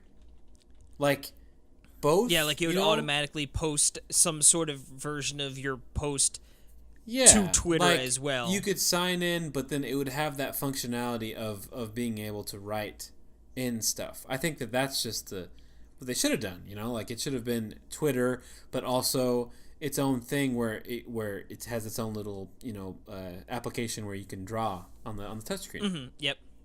I don't know. I just feel like it's a cool idea, but whatever. It's all done. Yep. It's okay. Yep. Well, it was fun while she lasted. Everything. Yeah, it was cool. I don't remember the last thing I did. I think the last game I used it on was Yoshi's New Island. Yeah, long while. It was just on the 3DS, and it was to ask like where a flower was, which I thought was really fun because I feel like you can't do that on Twitter. Like, you know what I mean? Yeah, like, it's not as specialized. It's not a community of niche. Yeah, see, I like the communities, but they could have had communities on Twitter, like, you know what I mean? No, like, I know what you mean. It would have worked. Yeah, it would have. No, worked. I think the Miiverse was a fantastic idea, but in practice was not nearly executed to the level it needed to be successful. Right. Like you said, I'm sure they could have had some sort of workaround where, you would be able to, it would post to the Miiverse or whatever the Switchverse, and you could go into the smaller communities where I want to talk about Chess Ultra. I want to talk about Night Terror. Yeah. But I also be able to talk with people who want to play a game of chess. Yeah, but then also be able to post those screenshots and stuff to Twitter that other people can see it. Oh, this is what I'm playing or whatever. But well, but I get why Twitter works just straight up because it's advertising. Yeah. No, exactly. It's bringing people in instead of like keeping it. And I won't lie, like it is fun. Already have it is fun to, especially now with the 30-second capture ability, seeing people's gameplay. Like small little things that happen that are cool. It's cool to see those sort of get spread around on Twitter pretty easily. But I mean, like, couldn't you see that in Miiverse 2.0 where that's there and you can even draw like over the video? You know what I mean? Yeah. It'd be so cool. No, I totally get it. But but I would not be surprised. I would not be surprised if something like this happens. I'm just saying. I don't think they're going to use Miiverse, but I mean, I wouldn't be surprised if they delve deeper into promoting their Twitter integration. So yeah. Because I mean, I didn't think that the video stuff was coming, even though they had talked about it. I didn't know exactly how it would work. I'm so glad. It's such a cool idea, and I think it's really cool that I think that all of the other developers are going to be putting that in. Like, for instance, Jules Watch 'Em, Mutant Muds is going to have that functionality. Yeah, no, it's going to be great. It's really cool. Like, and so, excuse me. So, I just can't wait for that. Anyway, bye-bye Miiverse. Let's go on to this next bullet here, which is a new 2DS was announced, but not a new 2DS XL. A new Zelda 2DS has been announced. The doorstop. Or whatever they call it. Yeah. Now this looks really good. I think it looks great. It's an Ocarina of Time themed 2DS. I don't know who's going to be in the market for this. I guess, at $80 it comes with Ocarina of Time. That's a really good deal. Wait, no, it doesn't come with Ocarina of Time. It comes with Ocarina of Time 3D. Pardon me. Well, it's ironic. Oh yeah. Oh. I didn't even think about that. I thought you were just being a Jimmy. I was like, no. It's like one of the coolest 3D games not playable. That is. I didn't even think about that. That is freaking hilarious. Now you wanna talk about ironic? Yeah. 1-2 Switch is, just recently got updated to include video capture. Yeah. Why? Exactly. Yeah. I mean, sure, you could probably find. There's nothing there. You could find every little intro clip to every game probably on YouTube already as it is. Yeah, it's. I mean, you know what? No, I get it because it's the Twitter integration, right? People, I mean, like, if they can help people share videos of funny stuff that they do, then they're going to do it. So I think it's cool because I think this is kind of setting the precedent of all of their games that they release, they're going to have this. So I'm sure Poken's going to come and do that. You know what I mean? Yeah. I just think they're going through and they're just going to make sure everything's... And then hopefully it's a system-wide thing. Yeah, I'm thinking maybe, especially with the, first-party games, maybe they already had it pretty much all set up within there, and it was just like we need to go in, flick it on, and just make sure no other problems arise, no little glitches or bugs, and then they're just going through the catalog, and 1-2-switch was easy to just be like, oh, well, it's in there, let's flick it live and put the update out there, Right. Like you said, it's probably going to be, every first-party game is probably going to be able to offer that, and then, like you said, hopefully it just gets to the point where... Because, we need to see those Doom clips, man, and the Skyrim clips, and those need to be out in the wild. Right. Well, what do we got next here? Next up, we've got Owlboy will be releasing on the Switch February 13th with a physical release to be announced in 2018. So, I don't personally know too much about Owlboy. Aside from it's gotten a lot of discussion and it looks beautiful. You don't? Okay. Oh, yeah. This is like a game that I think it was like some crazy amount of years in the making. Like 10 years or something like that in the making. Jeez, wow. Or even more than that. A small team, maybe? It's crazy, but yeah, I'm very excited about this. And if it's coming retail, if it's coming to physical, oh my goodness, I'm excited for this. Yeah, it's now, totally is that something that you would that you're excited enough to buy digitally and then again when it comes out physical, or would it be a game where you're gonna wait till the physical? I wait for physical. Yeah, just like Axiom Verge, for sure. Yep, because I can wait because I have about 1 billion games that I need to play more of on my Switch already. So yeah, there's certainly no like this next game we're gonna talk about. And what game is that? Metroid Returns. Well, it's Samus Returns. You wrote Metroid Returns. Gotcha. Samus Returns. And this is the good news. It sold 185,000 physical copies worldwide in its first 2 days. Interesting. Yeah, now, we want to throw the caveat out there that it is VG charts, and they have a checkered past with how accurate these numbers are, so it's definitely take it with a grain of salt. These might not be absolutely perfect numbers, but I'd like to hope they're close because that would be I think for Metroid, I think that would be huge. Yeah. Now, these next numbers I know a little bit more concrete because they come by the way of Famitsu Numbers, which is a little more reputable.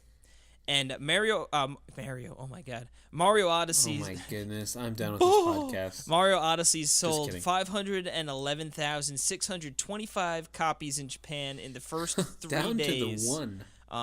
The Switch sells 133,000 units in that 1 week thanks to the Mario bundle.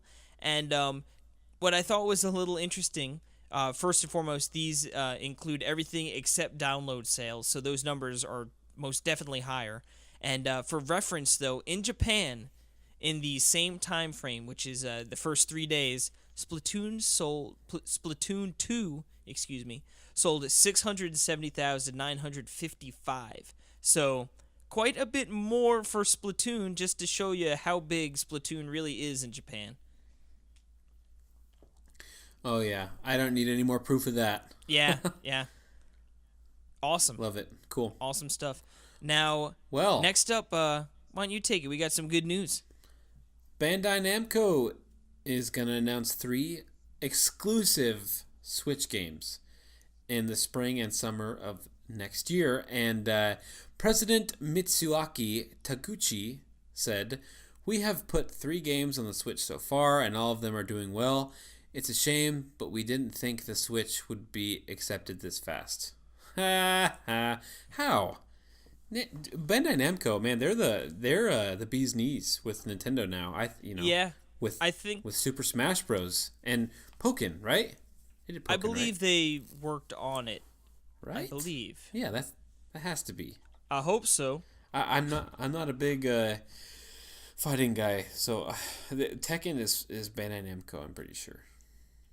Anyway, Bandai Namco Studios was the developer for Pokken Tournament. Yeah. No, this is great news. I mean, like you said, I feel like Bandai Namco and Nintendo have always had Namco Museum had course. a pretty solid relationship. So it's good to see the games they've put out on the Switch have been doing well so far, and 3 exclusives. Whoo! I wonder what that could be. I mean, I know a lot of people are still waiting for the Dark Souls games to come. Who knows? I know with pretty much Bloodborne is like it's in the same vein as Dark Souls, and that's a Sony exclusive. So I wonder if maybe the Switch is going to get its own Dark Souls styled game as an exclusive. Whoa! So that would be pretty cool. And I tell you what, Very cool. I've never really played Dark Souls at all. I played Bloodborne and I liked it. If the Souls games do come to the Switch, I think that would be enough to get me to finally try one. For sure. Yep.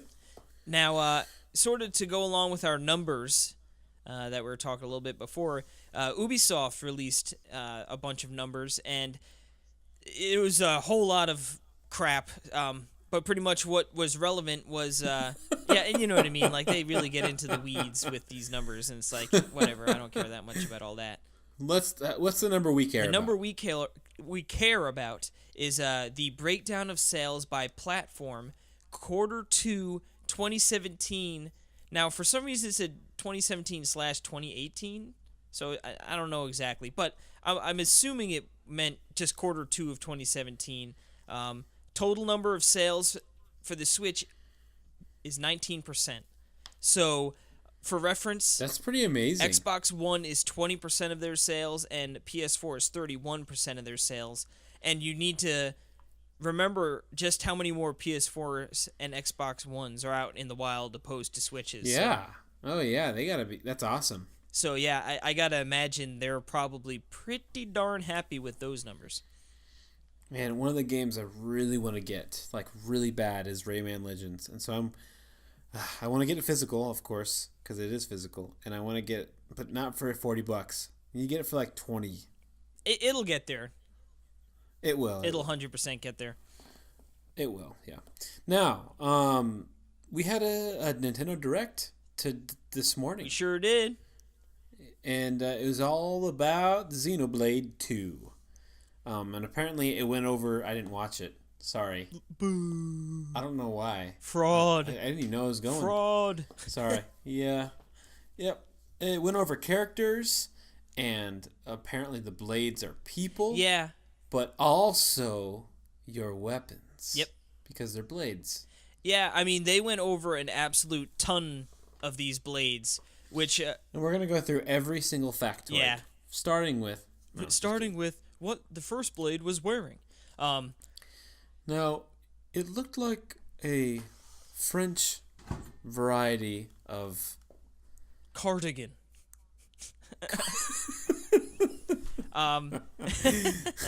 No, but essentially they went over a bunch of these characters, and what I thought was the funniest thing about this presentation was that they would tell you, like, okay, so you get these blades, which are like people, and you can modify those blades and you can upgrade them. But you also have infinity levels with these blades. So as you become friends, you unlock new things. And then it was like, and then when you unlock that, you can go into this. And then they just kept layers and layers of this battle system, and like how you could set these combos up. And normally the combo would end after this, but if these line up over here properly, then the combo can keep on going and you can keep getting massive damage. And it was just like your head was spinning with how many things were being introduced. Basically, hello Jeffrey, you are my friend. I'm gonna smack you against this dinosaur. I don't understand that reference.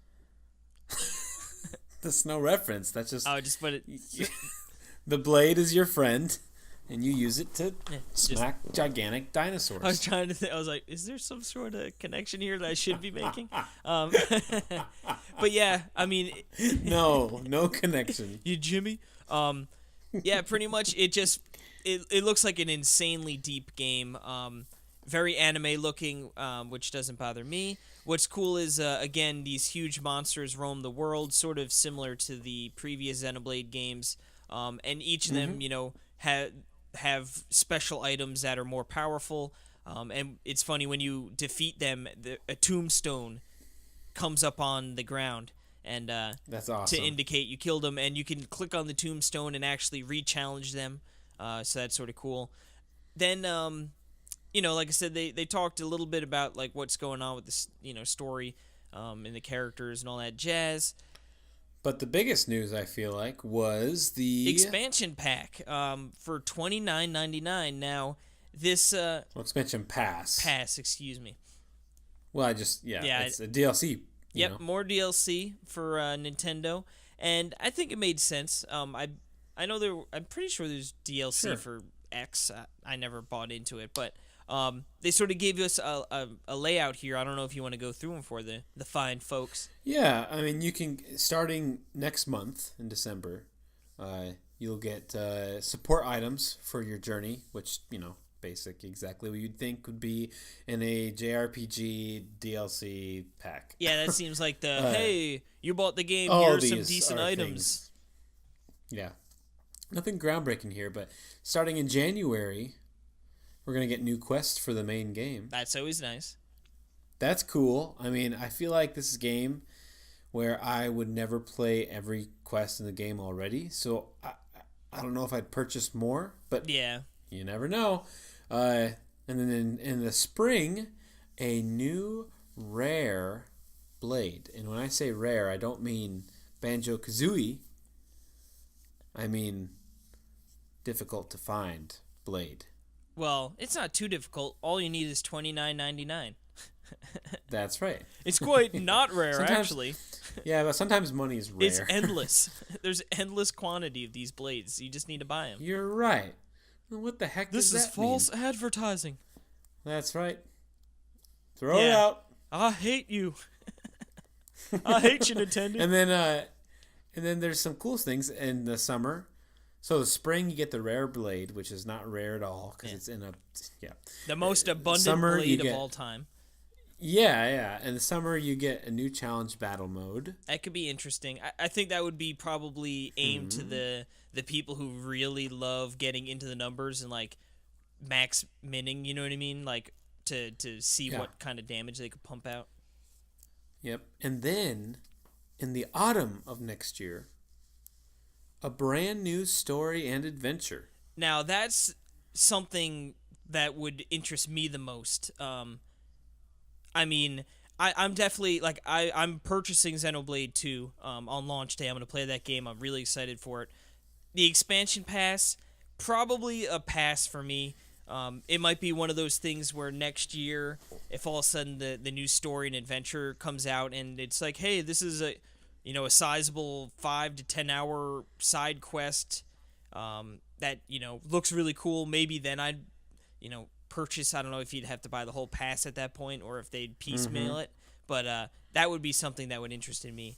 But yeah, the rest of this stuff seems a little bit like, I could do without. Right. For me, I'm more of a Zelda Breath of the Wild kind of guy. Well then, boy, do we have something in store for you.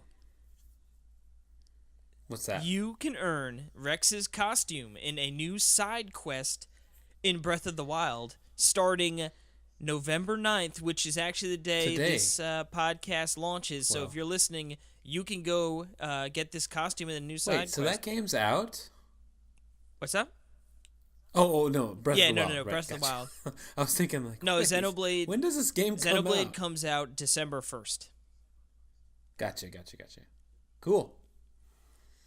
And you can actually pre-purchase the game right now. And know what I was boom. Sort of surprised, I think, most was that there was no amiibo announced. That's right. That doesn't... It's not a big franchise. They're not going to make it on this franchise no one's ever heard of in the store. Yeah, but Shulk is with Super Smash Bros. So? Dude, they've made Chibi Robo amiibo, and they've made all sorts of weird, strange amiibo. Box Boy. You're right. You're right on that.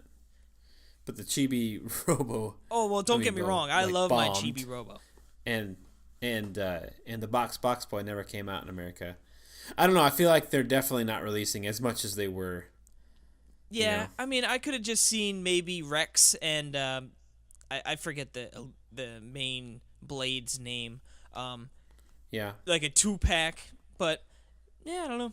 I mean, I was just it seemed like with all their major franchises, they've been pushing amiibo, and I know obviously Xenoblade is definitely more niche target audience, but I just think that's it. I think that's all it is. But the thing I would say is that those fans are going to be more into it where they would absolutely buy the amiibo. So, you know what I mean? Maybe make... Right. Don't do an Animal Crossing where you make a bajillion of each amiibo, but, you know. Yes. But, yeah. Yes, I do know.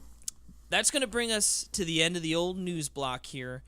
We're going to take a quick little breather, and then when we come back, we've got the old double feature compatible.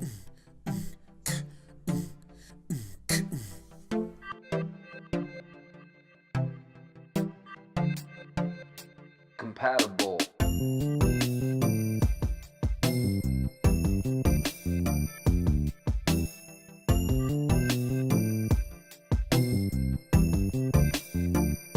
Compatible.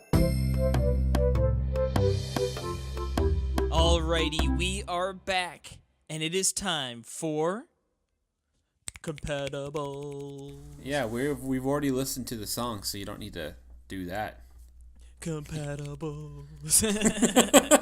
Alrighty, now we're gonna kick it off with a little known controller.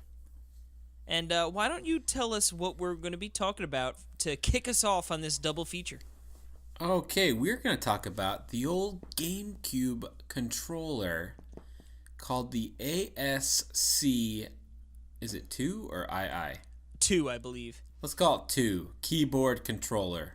Woo! All the way back from 2002. Yeah, now, do you have, I mean, I have to imagine, if you're playing GameCube back in the day, and you were, you know, a little more than an advocate, you know, if you're a Nintendo fan and you were GameCube back in the day, pretty hardcore, you have definitely seen this controller. I mean, maybe not in person. Oh, man. It's... Okay. So... yes, this thing is just... It's unbelievable, isn't it? Yeah, it's awesome. It's just... It really is. I want one so bad.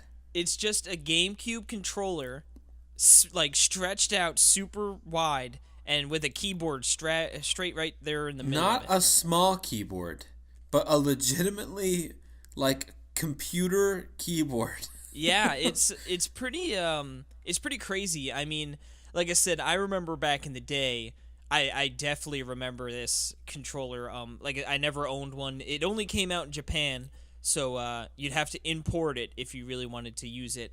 But, yeah, I mean, this... sort of paired with Phantasy Star Online episodes 1 and 2 because it was the easiest way to communicate. But it was just, there's something, I don't know, there's just something so charming about taking a GameCube controller, just cutting it down the middle and slapping a keyboard in the middle. It's crazy. I mean, technically, I think they could do something like this in a funny throwback with the Joy-Cons. Like... make a keyboard you can slide Joy-Cons onto. We should do that. We should. But yeah, it is just it's like it's so big. Like it's not like a Wii U gamepad, okay? It's not like a Switch. Like it's not just this thing with it's like gigantic. Like to hold it, I feel like it'd be like holding like a serving tray. Honestly, it'd probably be pretty akin to if you just picked up your keyboard. Yeah. And really nice... held it like a controller.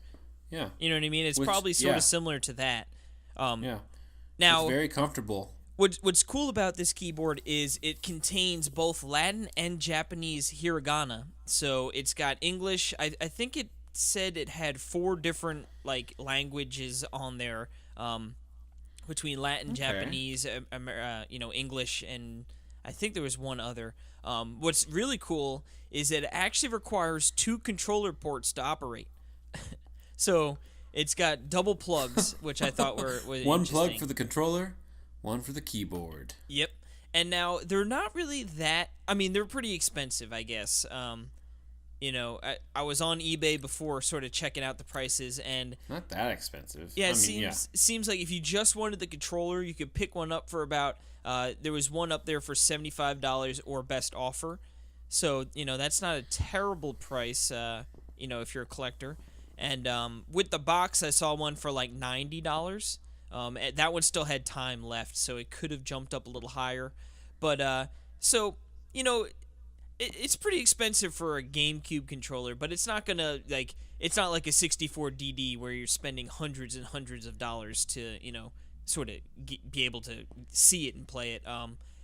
When I was looking at up research and just sort of I just was looking too.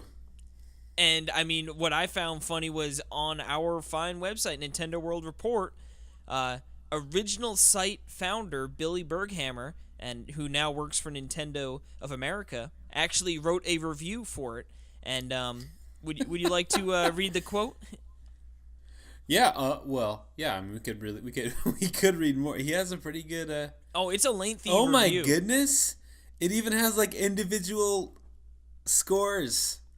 Yeah. For the appearance and comfort and quality and value and construction and the final grade. Yeah, no, it's an extensive review. I pulled a nice little quote here. And you go for, you go for it. Okay. Billy says, unfortunately, the ASCII keyboard controller has one fatal flaw: the keyboard itself. The keyboard's keys are just too small. The keys are smaller than a standard laptop keyboard, and it's nearly impossible to type a message perfectly. So, as we're saying, it is a full-size keyboard, but I guess they shrunk down the keys just a little bit to make it a little bit more manageable, and I guess that ended up actually sort of really being a poor design choice. Obviously the whole point of getting a keyboard controller is so you can type out messages easily and effectively, and it sounds like it might not have been the best in practice. Right. Now, this was only really, it was made exclusively for one game, or 2 games basically, which Phantasy Star Online episodes 1 and 2. And so I remember there was keyboards like back in the days of the GameCube. I remember seeing like keyboards for GameCube. I just remember seeing that like at EB Games before it was GameStop, and I remember thinking it would be so perfect for like Animal Crossing. Yeah, I remember actually as I was reading up on this, that was some of the big complaints was like, of course, like you said, Phantasy Star Online is, really the primary reason why this thing exists. But it would have been perfect for Animal Crossing, for writing letters, on the billboard notes, because a lot of the time, like, just to type, especially on the GameCube, Animal Crossing, was such a slog. And, to be able to use the keyboard... And honestly, I was pretty into Animal Crossing back in the day. If it worked, that might have been something I would have gone out of the way to try and get, Yeah. And like even now, I mean, like with Animal Crossing, it has that. I could see even just like the making typing easier would be really nice in that game. So, yeah. So it's gonna be interesting because I mean, think about it. When you're coming back to Switch, if you're not playing it handheld, it's gonna be annoying. Yeah. to if you want to do, which that's not a big part of it, but still, I wish it was. I loved on the Wii. It's so funny that the New Leaf is so much better in almost every way, except for that you can't send people things online. It's crazy. Yeah, it's weird to take that away. To not be able to send notes, that was like my favorite thing about the Wii version. Is I would send notes every day, and I'd get new. What's better than getting onto a game and having that little pelican guy put some notes in your mailbox and from your friends? And it's like and then they give you stuff like a coconut, you know? Oh man, when you got that fruit that wasn't native to your town. Oh, wasn't it the best? Was there? I don't think I've ever received a package that good in my entire life. I remember I had the code, because remember how you could give codes to Tom Nook? Mm-hmm. Yep. And I remember I had the code for like 100 turnips or something, or like 1,000 turnips or something like that. Cheater. Oh, totally, totally. But I remember I had that code memorized, and it was like Oh, so you were a double cheater. I mean, it was like a 20. It was probably like 20 or 25, like that long, like lowercase and uppercase. It was so funny, but Didn't yeah, stop Perry totally. from remembering it. When there's a cheating will, there's a cheating way. But yeah, the ASCII keyboard controller, I think it's great. I would love to own one just for fun, but it's just one of those things where it's not really Yeah. practical at all. Not while $75 to $90. I mean, it's a lot, but it's not so much. But for something that you'd essentially, fiddle around with once or twice and then put on a Yeah. bookshelf, I'd rather just like try one out at PAX or something. You know or what I mean? stumble across one in your crazy Japanese Craigslist finds. Yeah. I guess you could probably use it with your Switch. With Maybe, your little yeah. Can you imagine? game. Wouldn't that be funny? That'd be awesome. Just browsing the What if- Switch eShop store Oh, with my ASCII my goodness. GameCube keyboard controller. What if the Animal Crossing on Switch supports this controller by that means? By I hope those so. means. Then I will buy one. Wouldn't I would totally buy one. We're importing if that's the case. I'm serious. I would buy it. That would be so hilarious and perfect. I would be. Fingers crossed. See- Fingers crossed. See, here's another thing that is very interesting that I feel like I never hear people talk about this discussed, or when it is, it's in passing. But that the GameCube had online. Oh yeah. I mean, it was with this one game, with Phantasy Star Online and 2. But that was it. Like, what is the deal with that? Like, how did they do that? How did you get it online? What did you need to do that with? I think you'd probably have to get like the adapter. Remember on the bottom, you could pull off some of those panels, and they have a couple adapter slots and stuff. Yeah, it's just... Yeah, I think if you wanted to play Phantasy Star Online, you had to buy the LAN adapter or something. Because I actually Isn't that remember weird? back in the day, like I wanted Phantasy Star Online, and I remember it was just like a process of like you need this, and it just was never meant to be. Yeah, isn't that weird that there was an online game on GameCube and Nintendo never made one? It's just, that's so bizarre to me. I just feel like, what a weird thing. I don't know. Yeah. I don't know. It's just, that's very weird to me. But I guess that's all that's there, then I guess that's it. But cool. Well, that's the first feature we got. And next, what are we going to tackle here on this compatible double feature? Now, this one's a little bit more well-known and definitely more common, but nevertheless, still a really cool little piece of Nintendo history, and that is the Super Nintendo Mouse Controller. Now, did you own one of these puppies back in the day? I'm going to be completely honest with you. I've never touched one or seen one. I have one. I have my original one from back in the day with my controller, or my mouse pad as well, that it came with. Really? What's the mouse pad? It's just like a plastic rectangle. Sort of Does like it a have real a logo on it? It might. It better have a logo on it. Yeah, I'm sure it does it. I'm trying to I can't think off the top of my head. You don't have it. There it goes. There's a logo on the bottom right, and it's sort of got like a checker, like faint checkered on it as well. So this came out first in July of 1992 in Japan, and then later that year in other regions. And it was originally designed for Mario Paint, as most people probably already know. They actually sold it in a bundle with the plastic mouse pad, the mouse, and the game. And Yeah, I mean, so I have this. It's a tiny little mouse. It's probably Oh, is it? Okay. yeah, it's smaller than your standard mouse. It's probably more akin to like the wireless USBs. Those little ones that you sort of like plug the little dongle into the computer and then it's wireless. Probably a little closer to that. It had a ball on the bottom, so you could actually turn the little thing off, and like it's just like a plastic little ball in there. That sort of is how it works. And yeah, I mean, for Mario Paint, it worked great because have you played Mario Paint? Never. Oh! I told you I've never played with a mouse. Yeah, I'm pretty sure you could still play it with a controller, Mario Paint. Oh, okay. But it's just easier for drawing with the mouse. Man, I know a good I demand you now. How am I supposed to do that? You don't have an SNES? I guess I do. Yeah, I mean, we're getting to the pricing in just a minute, but it's affordable. Okay. But yeah, so I mean, it's cool. It works like a mouse would. The cable's actually significantly shorter than like a standard SNES controller wire, so you'll have to be a little closer to the TV. But for Mario Paint, it worked great with drawing. All whatever other games like the fly swatting game, and then making music and all that jazz.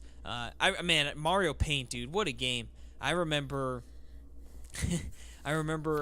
making like little like songs and arts pieces to show my mom. Like, Ma, come look, I made you something. And she's like, shut up. She's like, oh, again? You're adopted. Yeah, again. Yeah.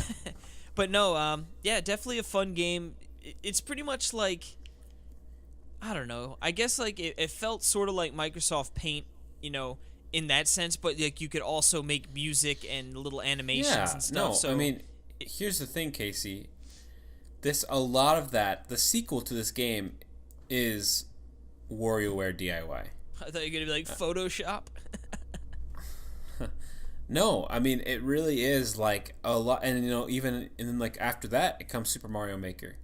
Lots of these things from the Mario Paint go across those games. So I totally get like how even just making stuff is a game in itself, and I like just because of there's just so much character everywhere. But yeah, I really do need to play that.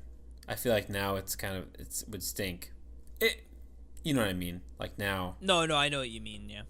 Like obviously, but I have always wanted to play it, especially with the music component. But there were 61 compatible games for this thing. 61.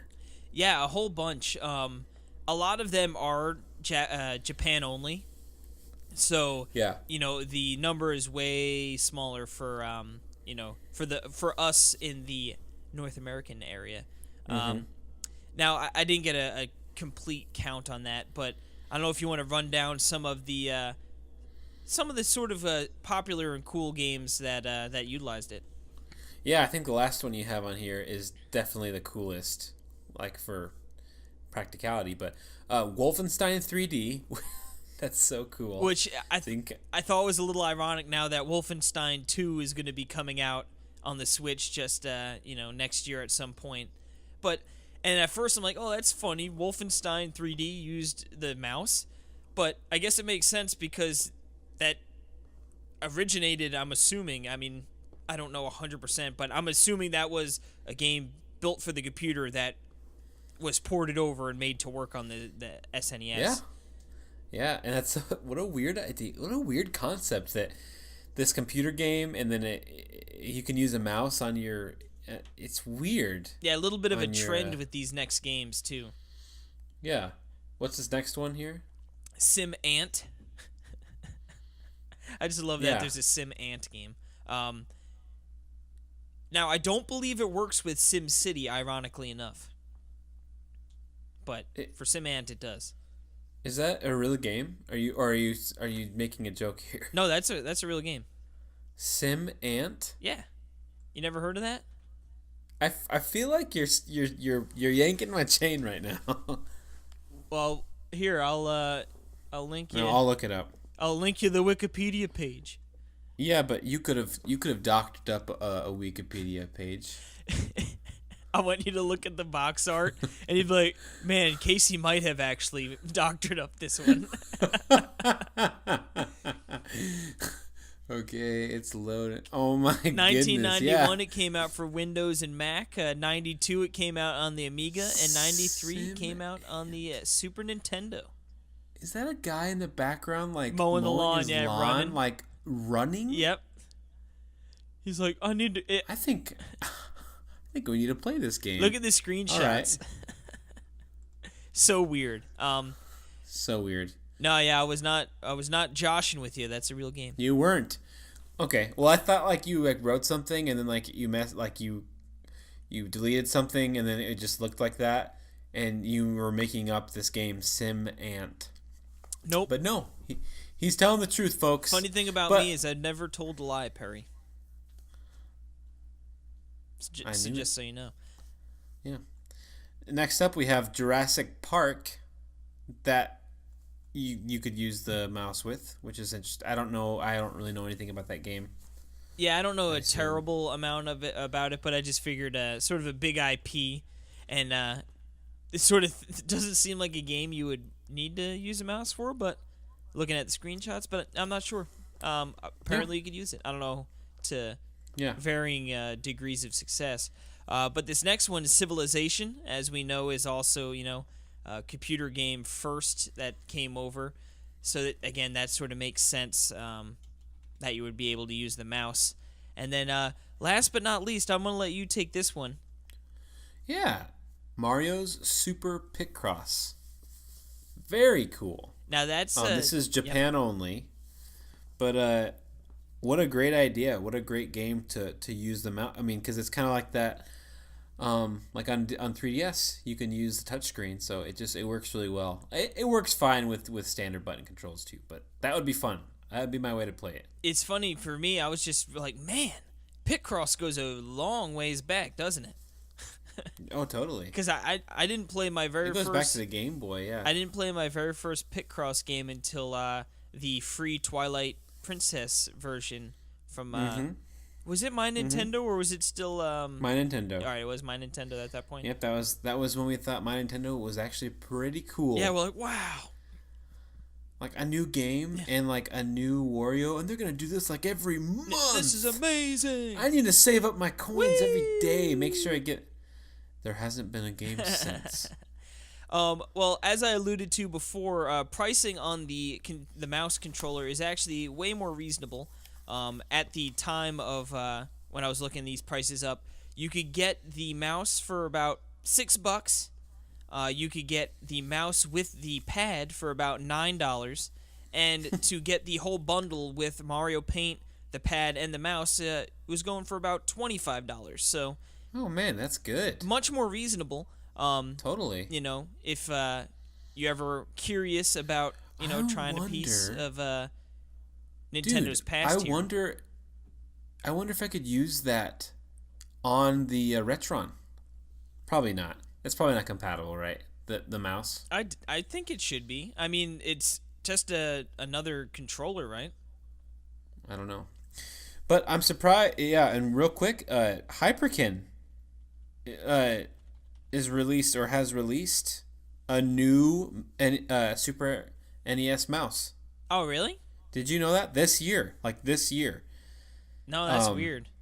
Yeah, and it's cool. It works with the Super Nintendo, and it's optical. Oh, okay. So yeah, you get a nice read on that puppy. Yeah, which is really cool. So it works with, like we said, like with Doom and Wolfenstein 3D. So very cool, and, which is really funny. Doom and Wolfenstein. Well, wait, does it work for Doom? Yeah. That's pretty badass. That's what this site's saying. So. And just a quick Google search yielded that the Retron 5 does support the Super Nintendo mouse. So there's worth keeping that in mind. That dude, yeah, that would be so much fun. What are you waiting for? Heck yeah. We could both revisit Mario Paint. That needs to happen. That will be combined I demand you type thing. Perfect. And with that, that'll bring us to the end of our double feature of the compatible segment. Woo-wee. Always fun to That was look. fun. Yeah, always fun to look back at some Nintendo oddities through the years. And I'm glad we did the double feature here. I like those both. Yeah, good idea, Case. Now, I think that's going to pretty much bring us to the end of the show. As always, make sure to follow us and check us out on Twitter at Talk Nintendo Pod. That's Talk Nintendo POD. Make sure to check out the YouTubes.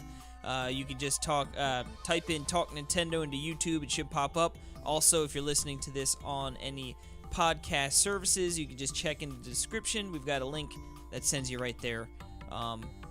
I think that's going to pretty much be all I've got to say. Any parting words, Perry? Would you shut up? I sure can. And on that note, All right. We'll see you next week. Giddy up.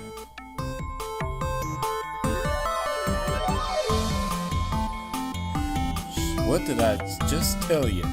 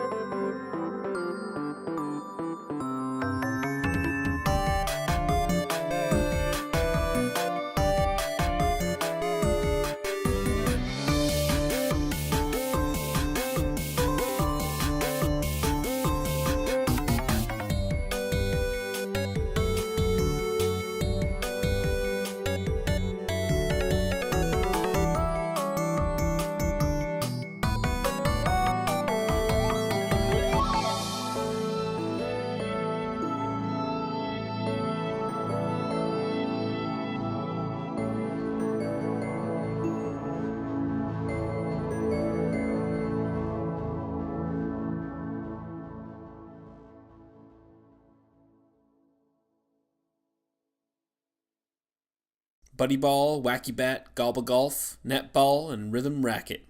I'm running out of cigarettes. Mm-hmm. Sounds good. Well, not the diabetic part, but the tea part sounds nice. I like fight 'em ups. Recording. Recording. 5, 4, 3, 2, 1. Clap. Did you clap or did you just say clap? I snapped and said clap. Well, that's not a clap. I call shenanigans. I'm out of here. I'm going fishing. 5, 4, 3, 2, 1. There we go. Unsynced, terrible. No. That's it. All right. So you're all set? Yeah, I'm all set. Hello and welcome